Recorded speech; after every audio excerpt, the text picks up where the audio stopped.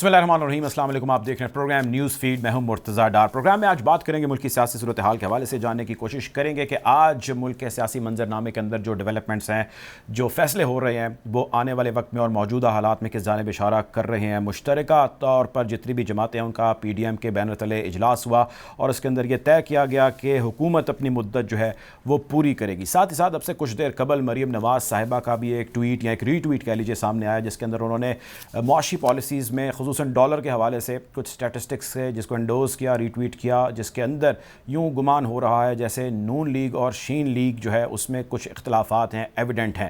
کیا یہ یوں ہی ہے؟ انہوں نے جو کہ ری ٹویٹ کیا ہے اس سے یوں آیا ہو رہا ہے، جس میں وہ بتا رہی ہیں کہ کس دور حکومت کے اندر کیا ڈالر کی قیمت تھی، کیا قدر تھی اور آج کیا ہے، جبکہ ان کی اپنی ہی جماعت کی حکومت ہے، ان کے چچا کی حکومت ہے، ان کے چچا ملک کے وزیر اعظم ہے۔ اگر معاملات خراب ہیں تو یہ تمام صورتحال کس جانب لیڈ کرے گی؟ اگر نہیں ہے تو کیا نون اور شین علیحدہ ہو کے سیاست کریں گے؟ بہت ہی امپورٹنٹ ڈیولپمنٹ ہے، اس کو بھی آج پروگرام میں ڈسکس کریں گے۔ اور ساتھ ہی ساتھ پاکستان تحریک انصاف کا کہنا ہے کہ اس وقت موجودہ حکومت جو ہے وفاق کے اندر بیٹھی ہے وہ ہماری مرہون منت ہے، اور ان کا یہ بھی کہنا ہے کہ ان کے کچھ اراکین ہمارے ساتھ رابطے میں ہیں اور ہم کسی بھی وقت چاہیں تو ان کے پیروں سے جو ہے وہ زمین سرک سکتی ہے، ہم ان کو جو ہے واپس ان کے جو پیویلینز ہیں وہاں پر لے جا سکتے ہیں۔ اس حوالے سے ایک بڑی تفصیلی میڈیا ٹاک بھی کی ہے فواد چودھری صاحب نے۔ بہرحال یہ سارا معاملہ کس جانب بڑھ ہے؟ پاکستان تحریک انصاف کے پنجاب کے اندر الیکشن جیتنے کے بعد معاملات خاصے بدلتے ہوئے ہمارے سامنے ہیں، دکھائی دے رہے ہیں۔ پاکستان پیپلز پارٹی کی سیاست کے حوالے سے بھی خاصی باتیں ہو رہی ہیں، ان باتوں کے اندر ایک بات بڑی ایویڈنٹ ہو رہی ہے جس کا ذکر پہلے بھی ہو رہا تھا کہ یہ سارا جو پلان اتحادی جماعتوں کا ہے یہ پاکستان پیپلز پارٹی کا بنایا ہوا ہے، ان کا سیٹ کیا ہوا ہے۔ اور زرداری صاحب چونکہ سیاست کے اندر بڑے منجے ہوئے کھلاڑی سمجھے جاتے ہیں، تو زرداری صاحب نے اس سب اسنا کے اندر جو کچھ بھی کیا اس نے نون لیگ کو ایونچولی بہت ڈینٹ کیا، اور اس کی بھی ہم نے ریسنٹ ایپیسوڈ دیکھ بھی لی۔ ان کے لیڈران یا ان کے جتنے بھی ریپرزینٹیٹیو ہمارے ٹاک شوز میں آتے ہیں وہ ہمیشہ سے ڈینائی کرتے رہے، لیکن گراؤنڈ پکچر جو آج پنجاب میں ہوئی ہے وہ بہت سارے سوالات ہیں جن کو جنم دے رہی ہے۔ گفتگو کا باقاعدہ آغاز کریں گے، اپنے مہمانوں سے جانیں گے سارے معاملے ہیں کیا۔ سید زادہ چٹان صاحب ہمیں جوائن کر رہے ہیں پاکستان پیپلز پارٹی سے، طاہر ملک صاحب سینئر جرنلسٹ ہیں، اینالسٹ ہیں، وہ ہمیں جوائن کر رہے ہیں۔ آپ دونوں مہمانوں کا بہت شکریہ۔ گفتگو کا آغاز سب سے پہلے چٹان صاحب میں آپ سے کرنا چاہوں گا۔ آج جو کچھ ہوا، ملاقات ہوئی اور اس کے اندر طے ہوا، روڈ میپ ہمارے سامنے آ گیا، خبر آ گئی، جو کچھ پنجاب میں ہوا وہ بھی ہمارے سامنے ہے اور جو کچھ مریم صاحبہ کر رہی ہیں وہ بھی ہمارے سامنے ہے۔ بہت انسٹیبلٹی ہے اس وقت وفاق میں، جو حکومت قائم ہے لوگ کہہ رہے ہیں کہ وہ حکومت چند سیکٹرز کی رہ گئی، اس کے پاس کوئی پروونس نہیں رہا۔ جب اتنے فریجائل معاملات ہوں ملکی تو جنرل الیکشنز کال اپ کرنا وقت کی اہم ضرورت ہے۔ آپ کو لگتا نہیں کہ فوری طور پہ کال اپ ہو جانے چاہیے انسٹیڈ آف کہ آپ اسی طرح چیزوں کو لنگر آن کریں؟ میں تو اس بات کا پرزور تردید کرتا ہوں کہ کوئی بھی یہ کہے کہ زرداری صاحب مسلم لیگ نون کے خلاف کوئی چال چلایا ہے۔ پاکستان پیپلز پارٹی کا سیاست اور اسف علی زرداری صاحب کا زندگی یہ ایک روشن کتاب ہے اور سب کے سامنے ہے۔ ہم پیٹ پیچھے وار نہیں کرتے ہیں، ہم کسی کے ساتھ دوستی بھی کرتے ہیں تو اندھیروں میں نہیں، بالکل اجالوں میں، اور اگر ہم کسی کے ساتھ لڑتے بھی ہیں تو بالکل آمنے سامنے، آنکھوں میں آنکھیں ڈال کے ہم لڑتے ہیں۔ یہ نہ مردوں کا کام ہے کہ پیٹ پیچھے کسی کے وار کرے، تو میں اس بات کا بہت پرزور تردید کرتا ہوں۔ دوسری بات جو آپ نے انٹرو میں کہی کہ نون اور شین، تو یہ نون شین ہم کب سے سن رہے ہیں، لیکن آج تک وہ مسلم لیگ نون ہے، اس میں سے نہ شین نکلا نہ کچھ اور نکلا۔ اور میں آج بھی سمجھتا ہوں کہ جو بھی فیصلے ہو جاتے ہیں اس میں نواز شریف صاحب مکمل طور پہ آن بورڈ ہے، اور مسلم لیگ کے جو بھی بنیادی فیصلے ہیں، چاہے وزیر اعظم کوئی بھی ہو، وزیر اعلیٰ کوئی بھی ہو، شہباز شریف صاحب ہو، حمزہ شریف صاحب ہو، سعد رفیق صاحب ہو، کوئی بھی ہو، خواجہ آصف صاحب ہو، لیکن فیصلے کا اختیار مسلم لیگ نون میں جو حاصل ہے وہ نواز شریف صاحب کو حاصل ہے۔ تو یہ لوگوں کا خواہش ہو سکتا ہے، یہ لوگوں کا سوچ ہو سکتا ہے، لیکن ابھی تک اس طرح کا ہوا نہیں ہے۔ یہ خواہش شیخ رشید کب سے ہم سن رہے ہیں، یہ اصطلاح بھی شیخ رشید کا ہے کہ نون سے شین نکل جائے گا، لیکن ابھی تک نکلا نہیں ہے۔ ابھی میں آ جاتا ہوں آپ کے سوال پہ کہ آیا موجودہ حالات میں الیکشن ہونا چاہیے یا نہیں ہونا چاہیے۔ الیکشن ایک جمہوری عمل ہے، ایک جمہوری پروسیس ہے، اور اگر اس کا ضرورت ہو اور اس کا ملک کو کوئی فائدہ ہو تو ضرور ہونا چاہیے۔ لیکن موجودہ جو حالات ہے، میں سمجھتا ہوں کہ ہماری معیشت جس نہج پہ کھڑے ہیں، ہم اتنی جماعتیں سارے مل کے کوشش کر رہے ہیں کہ پی ٹی آئی نے اس ملک کو جس گہرائی میں معیشت کی جس گہرائی میں اس کو پھینکا ہے اس کو نکال دے. اس میں ہمارے پسینے چھوٹ رہے ہیں. تو میں نہیں سمجھتا ہوں کہ کوئی نگران حکومت آ کے اور وہ اس معیشت کو سنبھال لیں گے, وہ اس ملک کو سنبھال لیں گے. ملک انتہائی خطرناک لیول تک پہنچ چکا ہے. آج ڈالر کا قیمت 224 تک پہنچ چکا ہے. جی 224 تک پہنچ چکا ہے. چند دن پہلے آپ سن رہے تھے کہ لوگ کہہ رہے تھے کہ پاکستان ڈیفالٹ کرنے والا ہے, بینک کرپٹ ہونے والا ہے. وہ ایجنڈا پورے ہونے والا ہے جس کے بارے میں ڈاکٹر اسرار صاحب نے کہا تھا آج سے 22 سال پہلے کہ ہماری ایٹمی اثاثوں کے خلاف کیا سازش ہوگا. جو حکیم سعید صاحب نے آج سے 20-21 سال پہلے کہا تھا کہ ہمارے ملک کے خلاف کیا سازش ہوگا, اس سازش تک پہنچ گیا تھا کہ پاکستان بینک کرپٹ ہوگا. اس کے بعد جو ہے اقوام متحدہ سالس کی بنیاد پہ آئیں گے. ان کا ڈیمانڈ یہ ہوگا کہ ہماری مرضی سے نگران حکومت بنائے, اور نگران حکومت سے سب سے پہلا جو مطالبہ ہوتا وہ یہ تھا کہ یہ ایٹمی ہتھیار ہمارے حوالے کر دے. تو اس کو ہم نے ناکام بنایا ہے, اس کو ہم ناکام بنائیں گے انشاءاللہ تعالی. اور ہم نہیں سمجھتے ہیں کہ یہ موجودہ ٹائم پہ اگر الیکشن ہو جاتا ہے تو یہ ملک کے مفاد میں ہوگا, یا جو نگران حکومت آ کے وہ نگران حکومت کا پیریڈ جب ختم ہوگا تو پھر پاکستان ایسی جگہ پہ پہنچ چکا ہوا ہوگا کہ سب کو نظر آئے گا کہ خدا نخواستہ اب اس ریاست کا کچھ ہونے والا نہیں ہے اور اس کو وہاں سے نکالنا. چلیں ٹھیک ہے, اس پہ ڈیٹیل میں بات کرتے ہیں, آپ میرے ساتھ ہی رہیے گا. طاہر ملک صاحب, جو کچھ سر آج کی ڈیولپمنٹ ہے ان دا لیو آف جو پنجاب کے اندر ہو چکا ہے, فوری طور پہ جنرل الیکشنز کال اپ کے بارے میں تمام تر جو ہے وہ آوازیں اٹھ رہی ہیں اس وقت جو موجودہ اپوزیشن ہے اس کی جانب سے اور بہت سارے اینالسٹ کی جانب سے.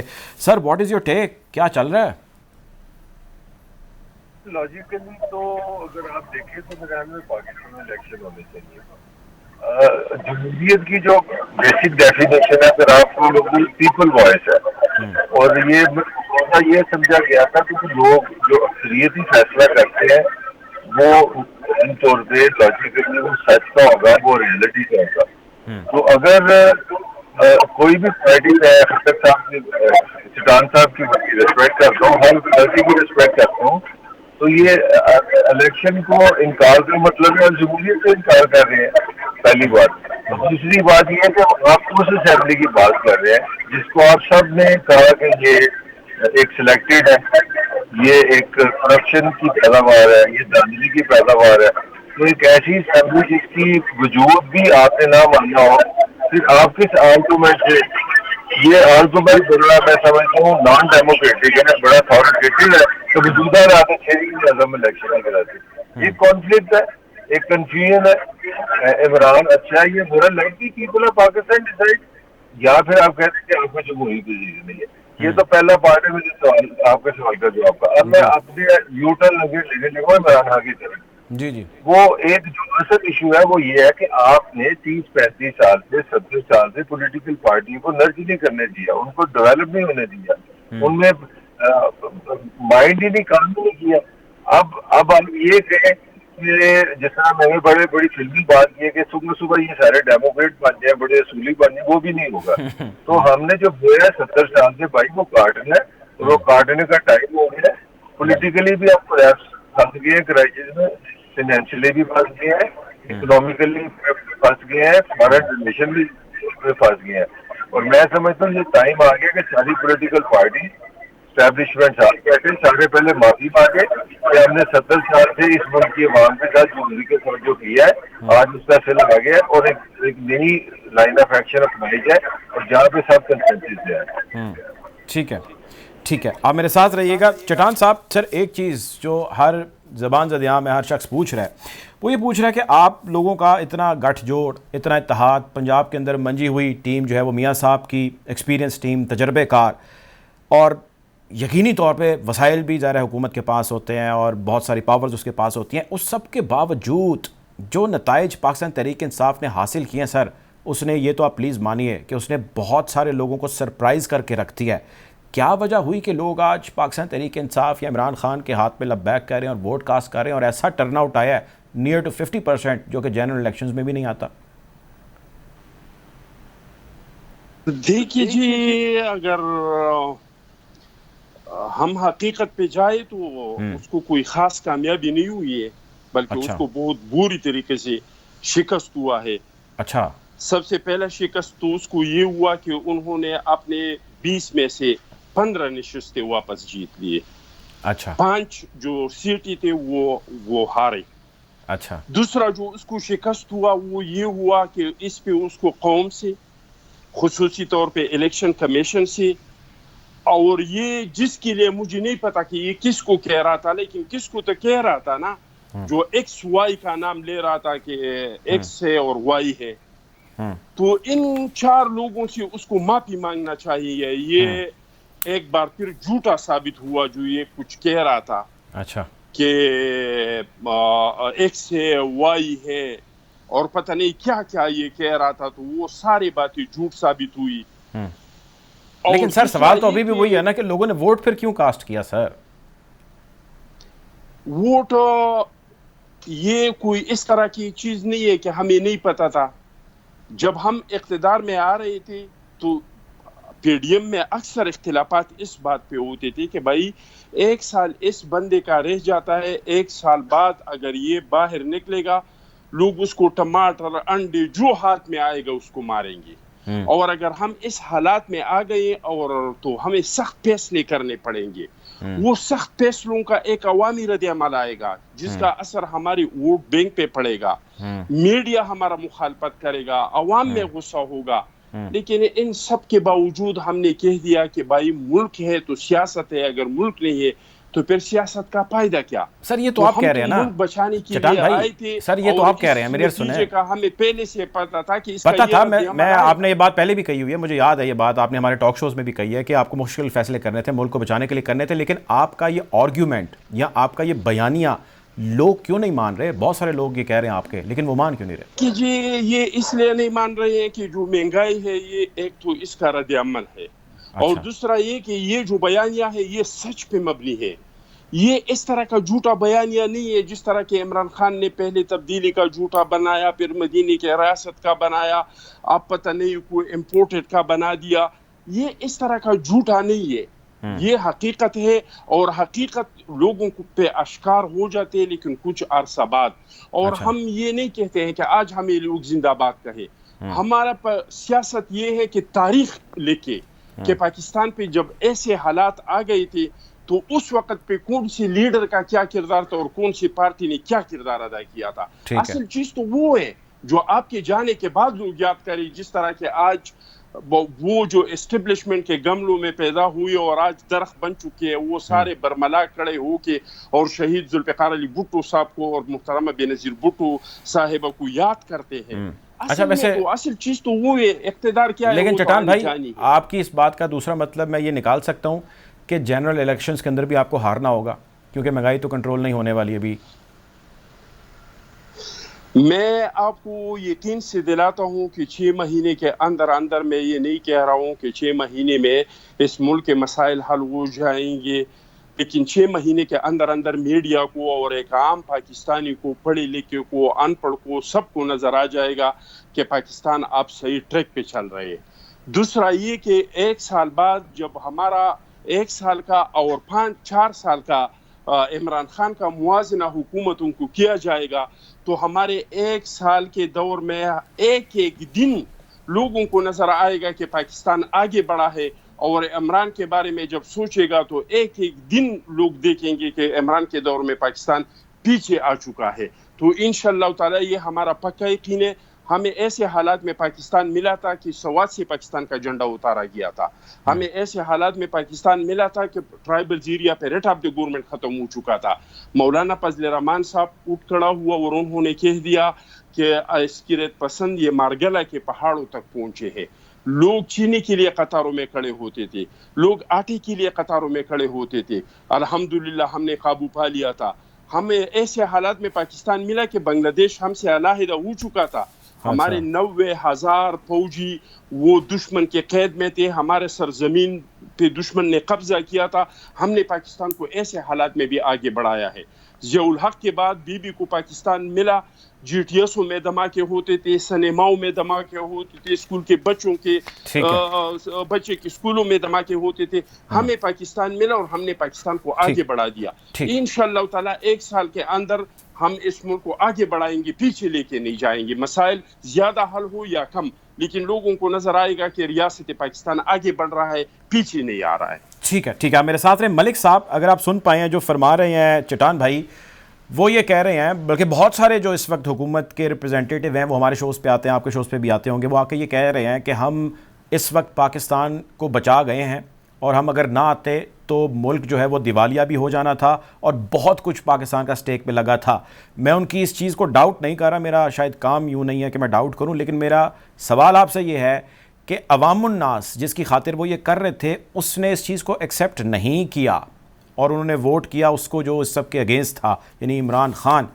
آپ کیا کہیں گے سر اس بارے میں؟ آپ کے سوال کا جواب یہ ہے کہ میری رائے میں عمران نے بہت گین کیا ہے, کیونکہ میں آپ کی طرح میں خود بھی ایک قسم کا شو پہ بیٹھتا ہوں. مجھے یاد ہے جب عدم اعتماد کی عمران کے خلاف درخواست آئی, اپنے اسمبلی میں قرارداد آئی, تو میرے خیال میں کہ ایک 3 سال سے کتنی فرسٹریشن تھی, مہنگائی اور بے روزگاری اور روز ڈالر کی یہ صورتحال ساری. مطلب ایک چیز تو پہلے میں کمنٹ کرتا ہوں کہ پاکستان میں جو نئی ریئلائزیشن آ گئی ہے نا, وہ شاید پالیٹیشین کو سمجھ نہیں آ رہی. وہ یہ ہے کہ پاکستان کے لوگ تنگ آ گئے یہ سیاست سے, جمہوریت سے, ووٹ سے, الیکشن سے, اور اس کا ذمہ دار جو ہے ریاستی ادارے بھی ہیں اور پالیٹیشین بھی ہے. یہ اپنی لڑائیوں میں اپنی تو فائدے پورے رکھتے ہیں, تو عوام کو اتنی زیادہ ہیٹ آ گئی ہے معاشی حوالے سے کہ وہ جان بے جان ہو گئے ہیں. اب آپ دیکھیں 3 مہینے میں عمران کو گین کرے کتنا اس نے کیا, کہ عمران کی ساری FIR معاف ہو گئی. وہ اس کی وجہ کیا بنی کہ جب آپ نے ملک ادھار لے کے چلانا ہے, آئیے میں آپ کا پہلی گولی آپ کو یہ لگی, 100 روپے آپ نے پیٹرول دلا دیا, ڈالر کی آپ نے سچویشن دیکھ لی. اب مجھے بتائے لاہور سے, میں اس ریفرنس سے بات کروں, لاہور میں نون کے ووٹر کے پاس کیا انسینٹیو تھا کہ وہ ووٹ ڈالے, کہ اسلام آباد میں شہباز شریف بیٹھا ہے اور لاہور میں بیٹھا ہے حمزہ بیٹھا ہے, اور اس کو ووٹ بھی جس نے 100 روپے کا پیٹرول مہنگا کر دیے, پھر تو عمران نے ہیرو بننا ہی تھا. تو پوائنٹ یہ ہے, میں جو کرٹیسزم سب پہ کر رہا ہوں اس میں عمران بھی شامل ہے. میرا لیے پاکستان کی پولیٹیکل پارٹیز کو یہ ریئلائزیشن کر لینی چاہیے کہ ان کی, اور اس کی ذمہ دار وہ نہیں ہے, ان کی ریاستی اداروں نے ان کی گروہ بھی نہیں ہونے دیا, یہ میرا الزام ہے ان کے. تو میں سمجھتا ہوں ان کے پاس کیپیسٹی نہیں ہے, نہ عمران کے پاس ہے نہ کسی سیاستدان کے پاس, ان کو پتہ ہی نہیں ملک چلانا کس طرح ہے. کیونکہ یہ بیچارے ہر وقت تو ایک ٹیلی فون کا انتظار کرتے رہتے ہیں, انہوں نے کیا کرنا ہے, ہم نے کیا کرنا ہے, کس نے کس کو خریدنا ہے. ملک صاحب جو اب یہ ٹیلی فون کرنے والے ہیں یا جہاں سے ٹیلی فون آتا ہے جس کا ذکر کر رہے ہیں, ان کے لیے سرپرائزنگ فیکٹر ہے یہ جو کچھ ہوا ہے پنجاب میں, اور اس کے بعد آپ کے خیال سے they'll think and rethink that whatever has happened has not happened right? Punjabi ہے, اردو ہے, انگریزی ہے, عربی ہے, ہر طرف کرائسس ہے. فائنینشیل آپ کا کرائسس ہے, فورن پالیسی میری کیا ہے مجھے نہیں پتا, انڈیا سے کیا ریلیشن ہے کوئی کنسنسس نہیں ہے, کہ کہیں آپ مجھے کوئی نہیں دکھا دیں ویسے ریلیشن کیا ہے کوئی پتہ نہیں ہے. ایک پرانا وزیر اعظم کہہ رہا ہے کہ میں روس سے تیل لینے لگا ہوں, نیا وزیر اعظم کہتا ہے ہم تیل کو صاف ہی نہیں کر سکتے. یہاں پہ 180 پہ جھوٹ ہے, دونوں میں سے ایک تو غلط ہے. تو میرا خیال ہے لوگ پاگل ہو چکے ہیں, تھک گئے ہیں, اور میں جو بار بار بات کر رہا ہوں بات اب گہری ہے, بات الیکشن یا نواز شریف زرداری اور عمران سے آگے کی ہے. وہ کیپیسٹی کی, اور کیپیسٹی کسی بھی نہیں ہے پاکستان چلانے کی. دس از اے ویری سیریس سچویشن. ٹھیک ہے چٹان صاحب, سیریس سچویشن ہے جس کے جانب اشارہ کر رہے ہیں ملک صاحب, اور بہت سارے اس کے حوالے سے بہت سارے اینالسٹ کا بھی یہ خیال ہے, بہت سارے پولیٹیشنز کا بھی خیال ہے, کچھ انٹرنیشنل بھی اس قسم کا پاکستان کے حوالے سے تاثر ایک ہے کہ پاکستان جو ہے اس وقت خاصی فریجائل جو ہے وہ پوزیشن پر کھڑا ہوا ہے. آپ کو لگتا نہیں ہے کہ یہ ہائی ٹائم ہے کہ بردباری, ذرا آپ حکومت کا حصہ ہیں, آپ بردباری کا رول پلے کریں, بیٹھیں تمام سٹیک ہولڈرز اور مسئلے کو سارٹ آؤٹ کریں, اور اس مسئلے کو سارٹ آؤٹ کرتے ہوئے یہ چیز سمجھیں, یہ چیز جانیں کہ اس وقت پبلک پلس کس کی جانب ہے, وہ کیا ڈیمانڈ کر رہی ہے, اس کی ضرورت کیا ہے, وہ کیا سیکھ کر رہی ہے. ظاہر ہے تجربے کار تو آپ ہیں, لیکن غلطیاں تجربے کاروں سے بھی ہو جاتی ہیں, غلط فیصلے بھی ہو جاتے ہیں, اس میں سمجھ کے آگے بڑھنے میں کوئی غلطی نہیں ہے. تو اس قسم کا جو ہے وہ کیوں انیشیٹو نہیں لیا جاتا؟ جب آپ 13 ہو جاتے ہیں تو بھائی 14 میں بیٹھ جائیں, بیٹھ کے بات کرنے میں کیا حرج ہے؟ جی پاکستان پیپلز پارٹی سمجھتے ہیں ہمارا ہمیشہ سے موقف دے رہا ہے, اور ہم نے ہمیشہ اس کے لیے کام بھی کیا ہے, اور ہم نے اس کے لیے ہمیشہ سے اپنا سینہ جو ہے وہ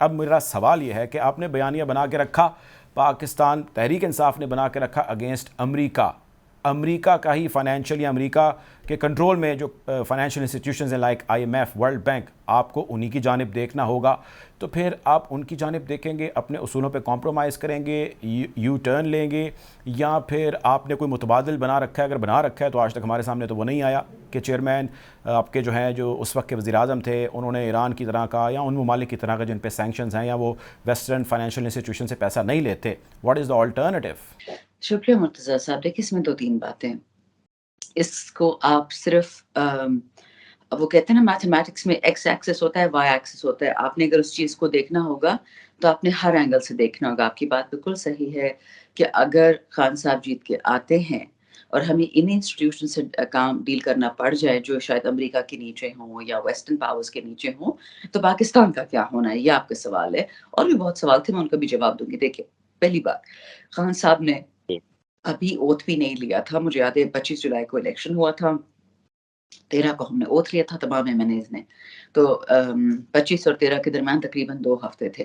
اور آپ کو یاد ہے کہ اس زمانے میں ہمارے جو حالات تھے افغانستان کے ساتھ ان پرٹیکولر اتنے ایکریمونیس تھے کہ ہمارے لوگ سلوٹر ہو کے وہاں سے آ رہے تھے جو وہاں پہ مجاہد تھے بھی نہیں. خان صاحب نے پہلی تقریر میں یہ کہا بیفور بیکمنگ پرائم منسٹر کہ اس ملک کی خاطر مجھے دشمن سے تجارت کرنی پڑے، مجھے دشمن سے گفتگو کرنی پڑے، چاہے دشمن میرا لوکل ہو یا بین الاقوامی ہو، دشمن میرے نیبرز ہوں. انڈیا کا بھی ذکر کیا. مجھے پاکستان کو سنبھالنا ہے. پاکستان کی خاطر میں کسی کی بھی بات سے کرنے تیار ہوں، مذاکرات کریں، لیکن میری ایک شرط ہے. یہ VONC تو کسی کا خواب و خیال میں بھی تب نہیں تھا. میں ایکوالٹی پہ، برابری کے لیول پہ، ٹھیک ہے، بہت لوگ ہم سے مالدار ہوں گے، بہت لوگ ہم سے کمزور ہوں گے، لیکن ہمیں ایکوالٹی کے لیول پہ بات کرنی ہے. جب بل گیٹس پچھلے سال پاکستان آئے تھے اور بہت ساری انہوں نے باتیں کی، بارڈر پہ TB، یہ ٹیوبرکلوسس کے لیے بہت چیزوں کے لیے باتیں کی، افغانستان کی بھی بات ہوئی تھی. اور مجھے یاد ہے ہم لوگ تھے تقریباً 10-20 لوگ جو بل گیٹس سے ملے تھے. میں نیشنل اسمبلی کی طرف سے ملی تھی، پاک افغان کمیٹی کی طرف سے. اور میں نے ایک سجیشن دی، مجھ سے سجیشن پوچھی کہ طالبانوں سے کیسے ڈیل کرنا چاہیے. میں نے کہا سر آپ جس بھی دشمن سے ڈیل کرتے ہیں نا، ہمارے پاکستان کی، خاص کر KP کی، پنجاب کی، سب کی ہماری ایک پنچایت ہوتی ہے، ہمارا سسٹم ہوتا ہے کہ آپ کو دشمن جتنا بھی برا ہو، آپ اس کی پگڑی نہیں اچھالتے ہو، آپ اس کے ساتھ بیٹھ کے بات کرتے ہو، کیونکہ وہاں پہ زندگی موت کی بات ہوتی ہے.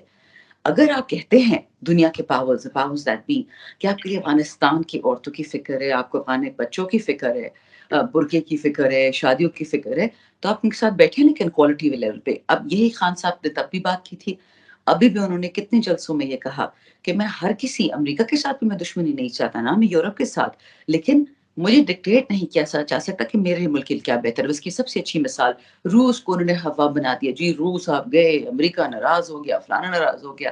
آج کے میں آپ کو 3 خبریں سناؤں. نمبر 1، روس نے یورپ نے فیصلہ کیا ہے کہ جی روس کا جو گیس پرام ہے اس کے ساتھ ہم اپنے جو سینکشنز ہیں ہم اس کو ریکنسیڈر کر رہے ہیں، کیونکہ یورپ میں اس وقت خاص کر فرانس میں اتنے سخت سٹرائکس شروع ہو چکے ہیں اور ہمیں گیس دسمبر میں نہیں ملے گی، اور جو یورپ میں ٹھنڈ ہوتی ہے تباہی والی ٹھنڈ، ہمیں اس کے لیے اپنے لوگوں کے لیے کچھ سوچنا ہوگا. ٹھیک ہے، تو یورپ بیک ٹریک کر رہا ہے، یو ٹرن لے رہے ہیں. سعودی عرب جو ہمیں سب کے ہمارے دوست ہوتے ہیں، کولیگز ہوتے ہیں، جو رپورٹس آئی ہیں کہ جو بائیڈن جو پہنچے ہیں سعودی، اس وقت آپ کو پتا ہے کہ سعودی نے ٹرپل کر دی ہے اپنی روس سے جو تیل وہ منگاتے ہیں ان سے، اس پہ بھی بات ہوئی ہے. یعنی وہی امریکہ جو تیل روس سے ناراض تھا ہمارے خریدنے پہ، ہمارے جانے پہ، اب وہ سعودی سے انڈائریکٹلی روس کی تیل خریدے گا. اور تیسری بات، جرمنی نے جو یوکرین کو $9 بلین کا فنڈ دینا تھا وہ بھی روک دیا ہے، اور جرمنی نے اوپنلی کہہ دیا ہے کہ مجھے پہلے جرمنی کا سوچنا ہوگا. تو جب یورپ اور امریکہ یو ٹرن لے رہے ہیں اپنے لوگوں کی خاطر، تو کیا پاکستان کے سوچنے والے حلقوں کی ضرورت سوچ نہیں ہے کہ جو خان صاحب تب کہہ رہے تھے وہ ٹھیک تھا؟ سستا غلہ، سستی گیس، بلکہ اویلیبل گیس جو نہیں ہے اس وقت ہمارے کانٹریکٹس کی وجہ سے، اور سستا تیل، یہ ان سے نیپال بھی لے رہا ہے، انڈیا بھی لے رہا ہے،